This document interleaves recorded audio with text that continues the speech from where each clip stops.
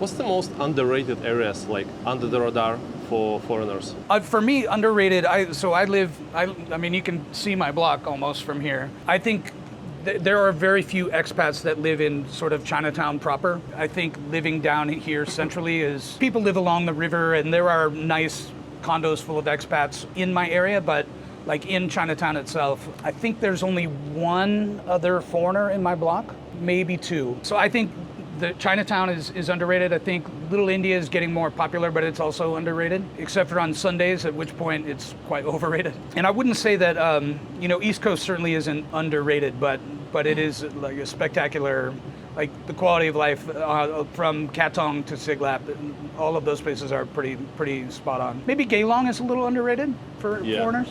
It seems like a lot of Americans living just around the school, American school up north. Immediately next to the school is a neighborhood that looks like you're in Southern California. Oh, really? Yeah, like big houses, and then there are a handful of condos around there as well, where it's super handy. Like if you were teaching there and your kids were going to school there, it's nice for everybody to be able to get up and have a 5-minute walk and be at school. But there are people from, live all over the island. Do you feel like Americans who come to Singapore, they can live kind of same lifestyle, almost the same lifestyle as they would in America, maybe without a car, but kind of similar-ish? I think so, but not everyone does. I've met a lot of people who came here on, they were on a 2-year contract assignment, and they just count the minutes until they can go back.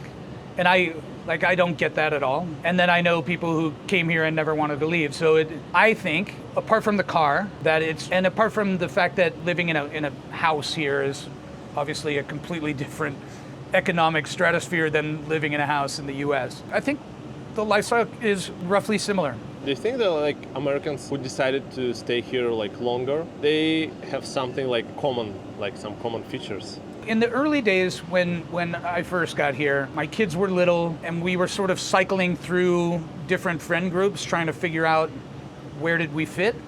And I would say we probably didn't feel like part of a community until maybe year 3 or 4, but then you start to be around people who are at least partially by choice, right? Like they came for a job assignment and then chose to continue on. And once you get into that environment where people are kind of on the same page as where your head is, then it became easier to sort of build out the network. But like I said, I've known lots of people who are just like, get me out of here, which I can't wrap my head around that. I don't get it.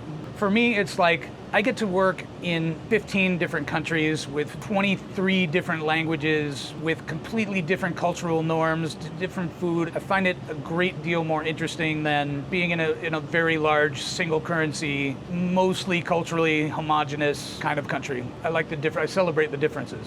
But New York is also super diverse, I guess. Yeah, but I mean, if you're in my job, when you're working with, my clients are multinational companies, so it's not like they all have made great strides in terms of diversification of workforce, but you're talking to people who have also been bought into that company culture, and people have certain ways of behaving and certain ways that they deal with each other. I said before I worked for HP. I don't know now. I assume that it's similar, but when I was there, it had a very pronounced culture, and you start to talk in almost a different language. Like there's almost an HP speak where lots of acronyms and lots of phrasing things in a way that you don't step on anybody's toes. I know that. I was in P&G. Was the same. Oh, you were? Okay. P&G language. P&G's are very big on acronyms as well. Yeah. Do you have any advice for someone who is moving to Singapore, let's say from the US, or thinking about moving to Singapore? Get your company to pay your rent. Be open to trying new things. And find a social group that you can fit into. Just try everything. Give everything a try. I even know there's a group of expats. I don't know if they still do, but they had matching uniform shirts, and they were the curry team, and they would just go around and try different curry places in Little India one night a week.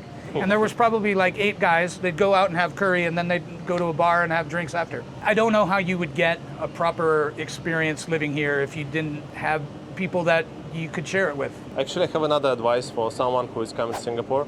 Subscribe to this channel and you get all the information that you need about Singapore or Malaysia. That's a solid idea.